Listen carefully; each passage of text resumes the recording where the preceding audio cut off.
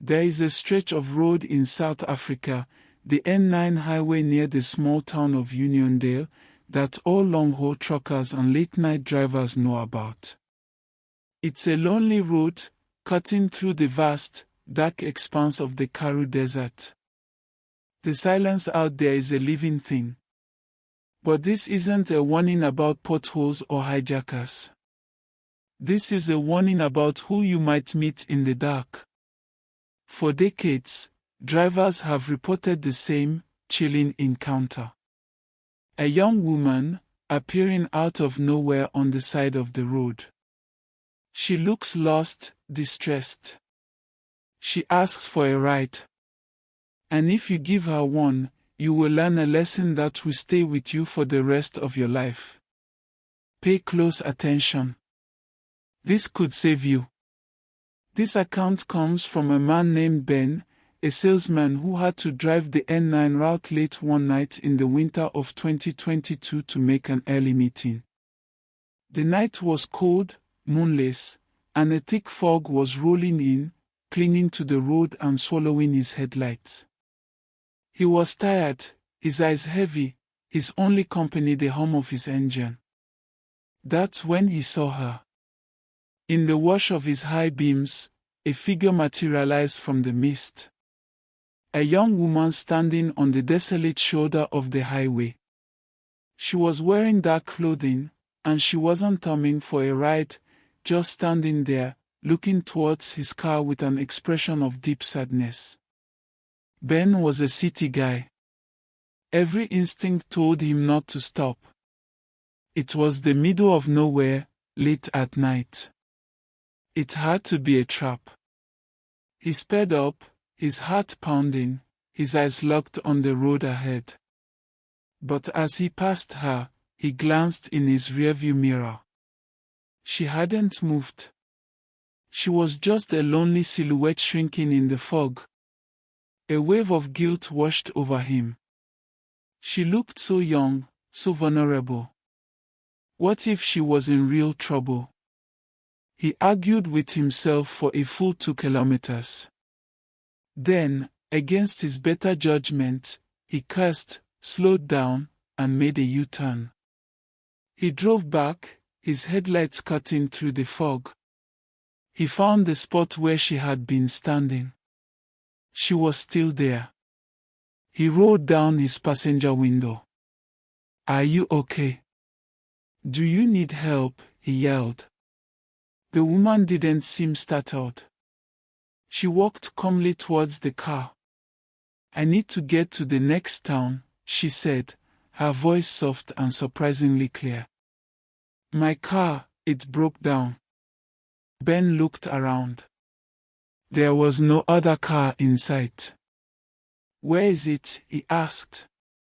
"Just up the road," she said vaguely. "Please. It's so cold." The guilt won. He unlocked the doors. "Get in," he said. The moment she got into the car, Ben felt it. A sudden, intense drop in temperature. It was as if he had opened a freezer door. He glanced at his car's thermostat. It was working fine. He chalked it up to the cold night air she'd brought in with her. She gave her name as Maria. She was quiet, her hands resting calmly in her lap. Ben tried to make small talk to break the unnerving silence. "So, where are you headed?" he asked. "Just to the house at the turnoff for Barandas," she replied, her voice a monotone. They drove in silence for a few minutes.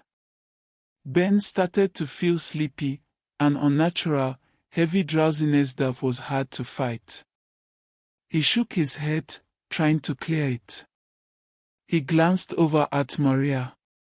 She was staring straight ahead, her face pale in the faint glow of the dashboard lights. He noticed she wasn't wearing a coat, despite the freezing fog outside. "You must be freezing," he said, reaching to turn up the heat. "I don't feel the cold anymore," she said, her voice empty of all emotion.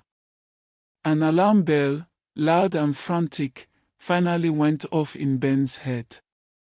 The strange drowsiness, the sudden cold, her emotionless voice, the lack of another car.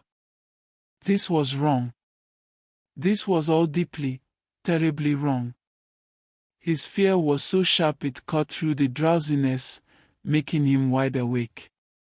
He was about 10 kilometers from the veranda's turnoff when it happened.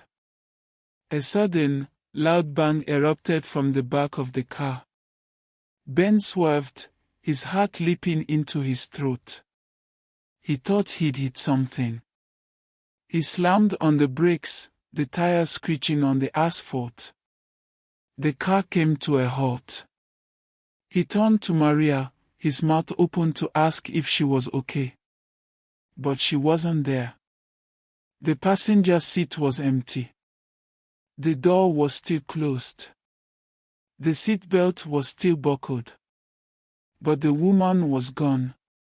Ben sat there, his mind screaming. He fumbled to turn on the interior light. The car was empty. He got out, his legs shaking, and checked all around the car. There was no one. The fog was so thick he could barely see 10 feet in any direction. She couldn't have gotten out and vanished that quickly. It was impossible. He drove the rest of the way to Uniondale in a state of pure terror, his eyes darting to the empty passenger seat every few seconds. The next morning, shaking and sleep-deprived, he went to the local police station. He didn't know what to say, that he'd picked up a ghost. Before he could even speak, the old, tired-looking police sergeant behind the desk looked at him and sighed. "Let me guess, son," the sergeant said, his voice heavy with resignation. "Young woman. Dark clothing. On the N9, just before the veranda's turn off." Ben could only nod, his throat too tight to speak. The sergeant pulled out an old, faded file from a drawer. He opened it and pushed a black and white photograph across the desk. It was a picture of a smiling young woman. It was Maria. Her name was Maria Roux, the sergeant explained. She was a student nurse. On Easter weekend, back in 1968, she fell asleep in her boyfriend's car. He crashed on that exact stretch of road. She was killed instantly. The sergeant looked Ben dead in the eye. "You're not the first. You won't be the last. She's still trying to get a ride home. She doesn't know she's dead. This is not just a ghost story. It's a recorded phenomenon."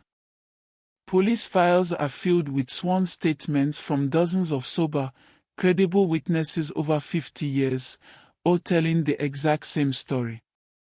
The girl on the road. The sudden cold. The sound of a door slamming. The vanishing passenger. So, to every student, every driver, every person who travels those long, lonely roads at night, be kind, but be careful. If you are driving this year, and you see a lonely figure in the dark, you should pray. Pray for them, and pray for yourself. Because you can lock your doors to keep the living out. But some things don't need a door to get in. And they might just be looking for a ride. What you just heard is a documented legend. But stories like this are not just confined to South Africa. Every town has a haunted road, every country a ghostly hitchhiker. So I have to ask, what lonely road are you afraid to travel? Share the legend from your hometown in the comments below. For more stories that blur the line between legend and reality, like this video and subscribe to the channel. You never know when you need the warning.